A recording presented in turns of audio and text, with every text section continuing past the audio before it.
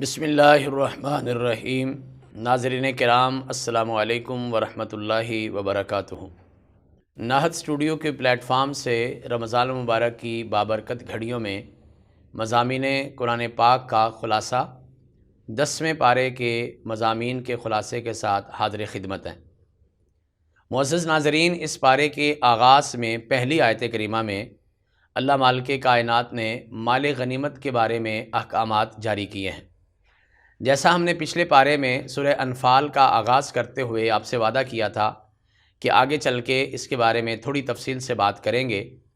تو پہلے تو یہ سمجھ لیجئے کہ مال غنیمت کیا ہے۔ مسلمان جب کافروں کے خلاف جہاد کرتے ہیں تو کافروں کا جو مال مسلمانوں کے ہاتھ لگتا ہے اسے مال غنیمت کہا جاتا ہے۔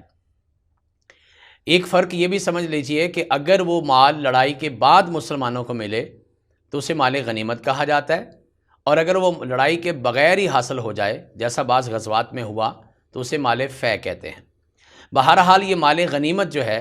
اس کے بارے میں حکم یہ نازل کیا گیا کہ اس کا جو 5واں حصہ 20% جو ہے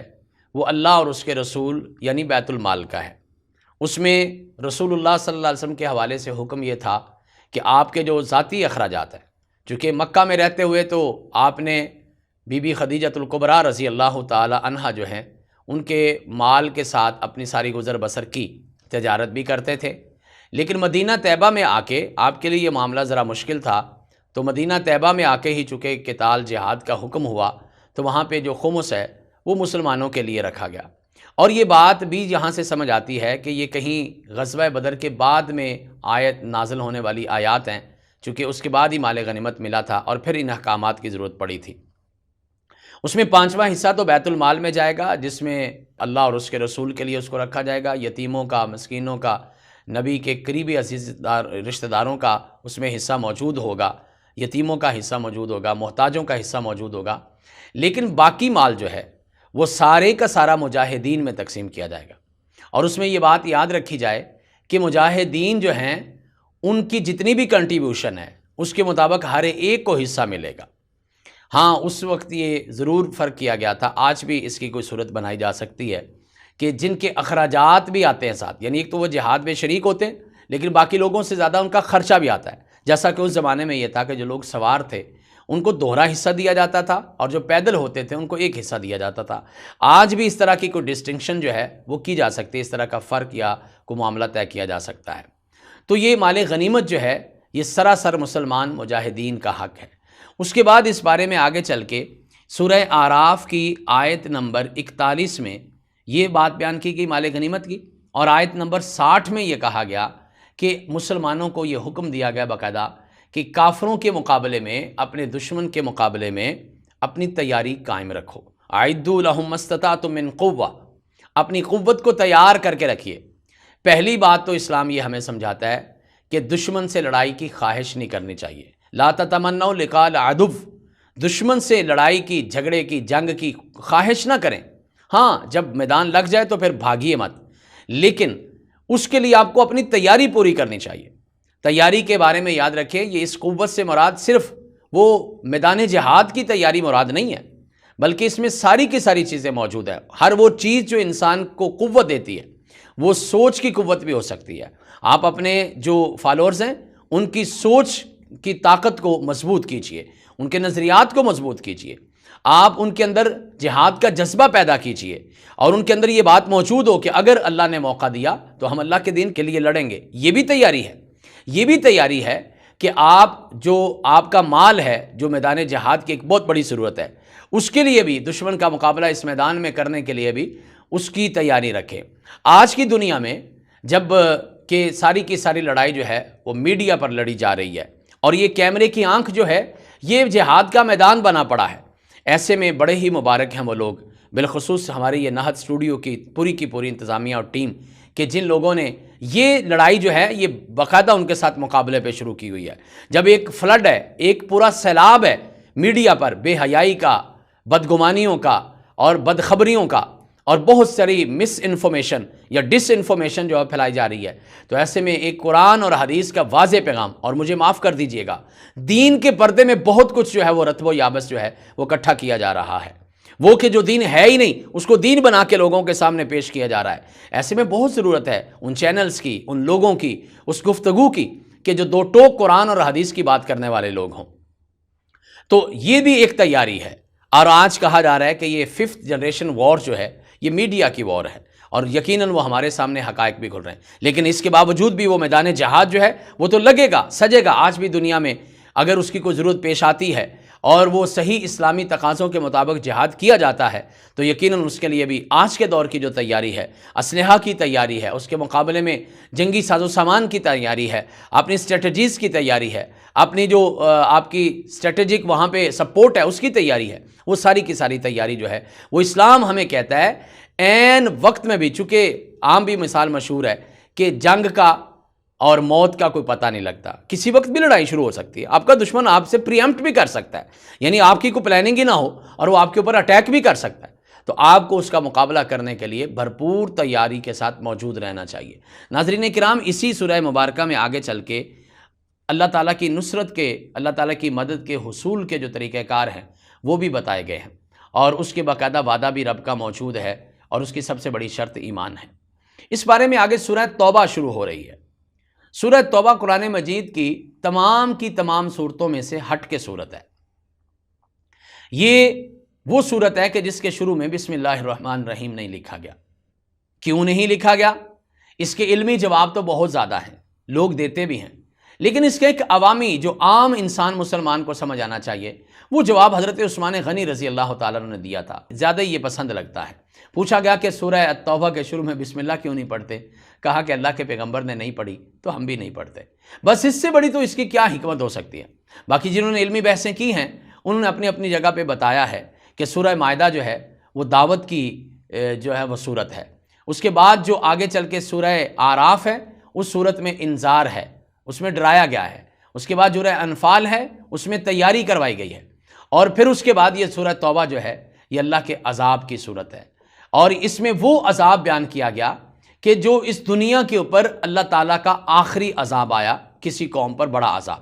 اور وہ یہود و نصارہ رسول اللہ صلی اللہ علیہ وسلم کے زمانے میں جو تھے ان کو مکہ بدر کرنے کا جو عذاب ہے، اپنے ریاست سے نکالنے کا جو عذاب ہے وہ عذاب ہے۔ اور اس وجہ سے چونکہ اس میں بڑی سختی کی باتیں کی گئی ہیں، اللہ تعالیٰ کی طرف سے برات کی باتیں کی گئی ہیں، لہٰذا یہ حکمت کا تقاضا تھا کہ جب اللہ کے عذاب کی بات ہے تو اس میں بسم اللہ الرحمن الرحیم یعنی اللہ کی رحیمی اور اللہ کی شفقت کا تذکرہ شاید مناسب نہیں سمجھا گیا، اس لیے اللہ مالک کائنات نے اس سورہ مبارکہ کے آغاز میں، بعض لوگوں نے کہا ہے کہ یہ پچھلی سورت کا ایک تسلسل ہے، اسی کے مضامین کو آگے لے کے چلتا ہے، اینی ہو جو بھی اس میں ہے، بہرحال اس شروع میں بسم اللہ الرحمن الرحیم موجود نہیں ہے۔ باقی تمام صورتوں کے شروع میں بھی رسول اللہ صلی اللہ علیہ وسلم نے خود لکھوائی ہے، یہاں نہیں لکھوائی، تو اس وجہ سے یہاں یہ سورہ مبارکہ بغیر بسم اللہ کے اس کا آغاز کیا جائے گا۔ اس میں اس کی آیت نمبر 17 میں ایک بڑی خوبصورت بات بتائی گئی ہے، اور وہ ہے مساجد کی تعمیر اور مساجد کی آبادکاری کے بارے میں۔ بہت بڑی شرط یہ ہے کہ اللہ کی مساجد کی جو تعمیر ہے وہ ایمان والے لوگ ہی کریں گے، باقیوں کو کیا پڑا ہے کہ وہ اللہ کے گھروں کو آباد کرتے پھریں یا قائم کرتے پھریں۔ اس کے بہت سارے فضائل اور دلائل بھی موجود ہیں۔ سب سے بڑی بات یہ ہے کہ فرمایا گیا کہ جو اللہ کا گھر دنیا میں بناتا ہے اللہ اس کا گھر جنت میں بناتے ہیں۔ اللہ کے گھروں سے پیار کرنے والے بے پناہ فضائل موجود ہیں۔ اس سے بڑی بات کیا وہ ہو سکتی ہے؟ کائنات کے امام علیہ الصلوۃ والسلام نے فرمایا کہ قیامت کے دن اللہ مالک کائنات یہ آواز لگائیں گے، اینا جیرانی، میرے ہمسائے کدھر ہے؟ فرشتے حیران ہو کے پوچھیں گے اللہ تیرے تو لائق ہی نہیں ہے، آپ کی تو شان کے لائق ہی نہیں ہے کہ آپ کا کوئی ہمسایہ، کسے یہ ہمت ہے کہ وہ آپ کی ہمسائیگی کر سکیں؟ فرمایا نہیں، جو لوگ مسجدوں سے تعلق بنا کے رکھتے تھے وہ میرے ہمسائے ہیں۔ پھر ان کو سرفراز بھی کیا جائے گا، انعامات سے جو ہے وہ نوازا بھی جائے گا۔ مسجدوں کی تعمیر، مسجدوں کی آبادکاری اور مسجدوں کی صفائی، یہ سارے کے سارے وہ کام ہیں جو مسلمانوں کے ایمان کا حصہ بھی ہیں۔ اور نبی کائنات علیہ الصلوۃ والسلام نے تو یہاں تک بھی فرمایا کہ جس بندے کا دل مسجد سے جڑ گیا،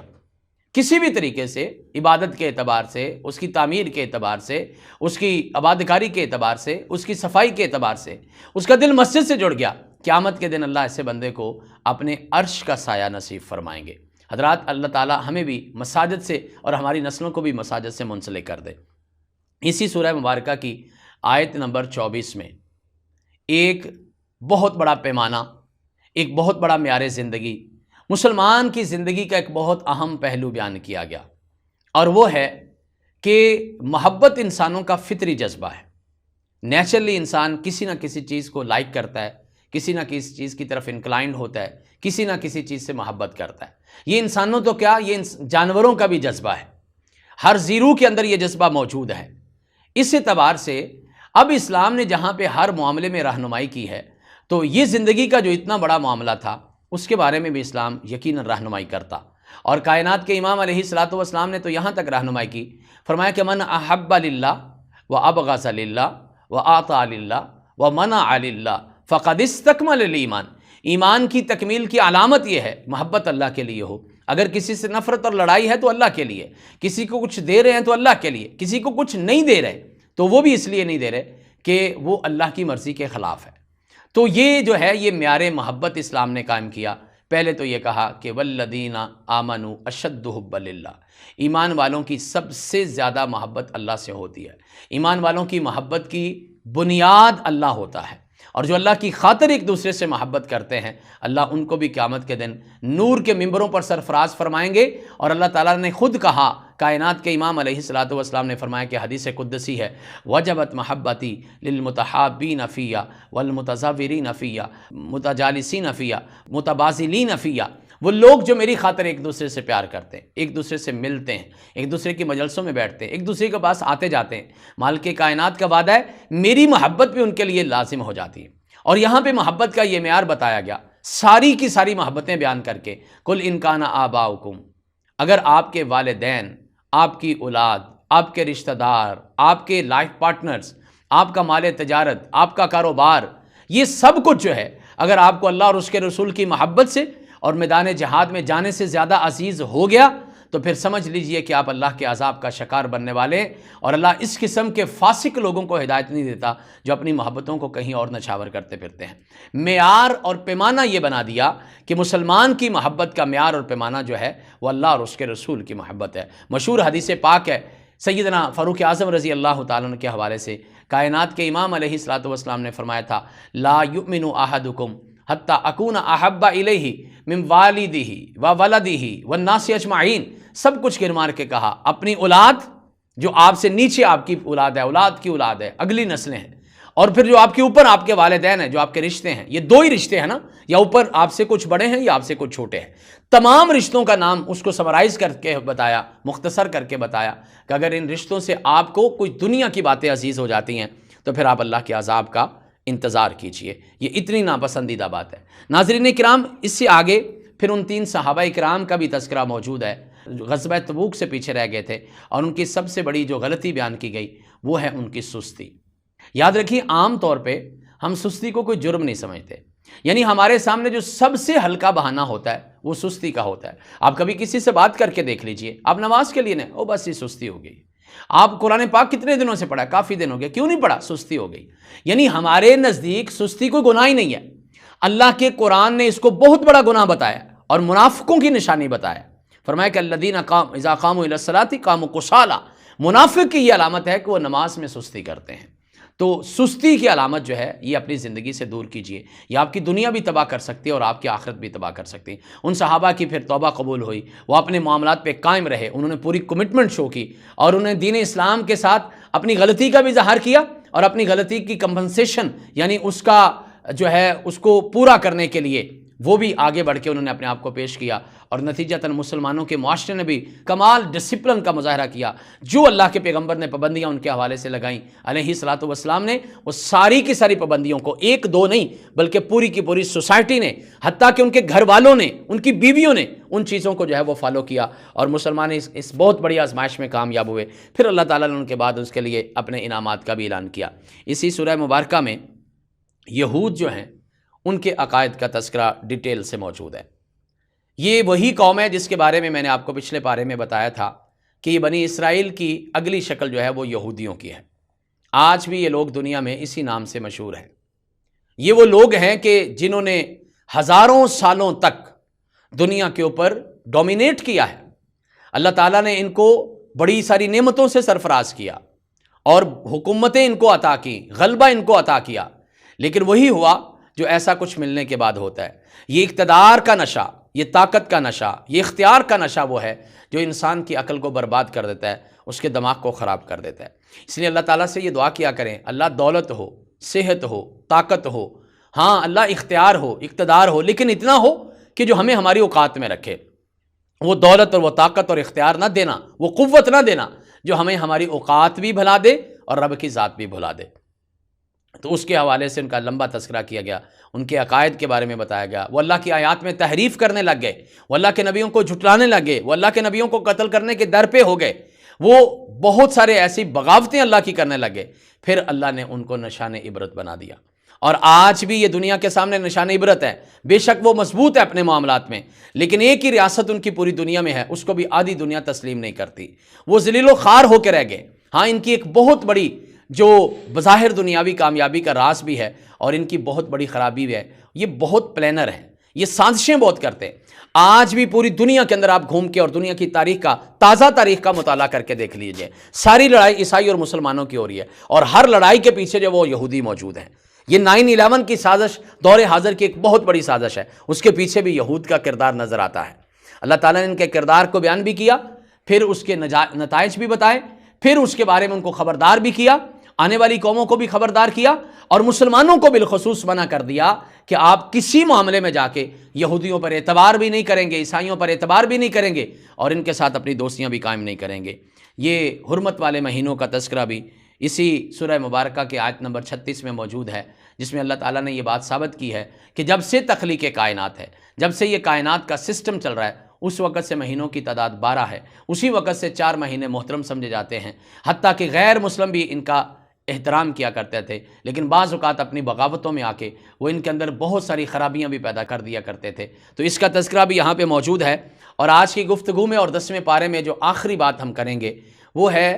زکوٰۃ کے حوالے سے تفصیلی احکامات۔ اس آیت کریمہ، اس سورہ مبارکہ کی آیت نمبر 60 میں یعنی 60 کے اندر موجود ہیں، بتایا گیا ہے کہ زکوٰۃ کس کس کو دینی ہے۔ انما الصدقات للفقراء والمساکین والعاملین علیہا والمؤلفۃ قلوبہم،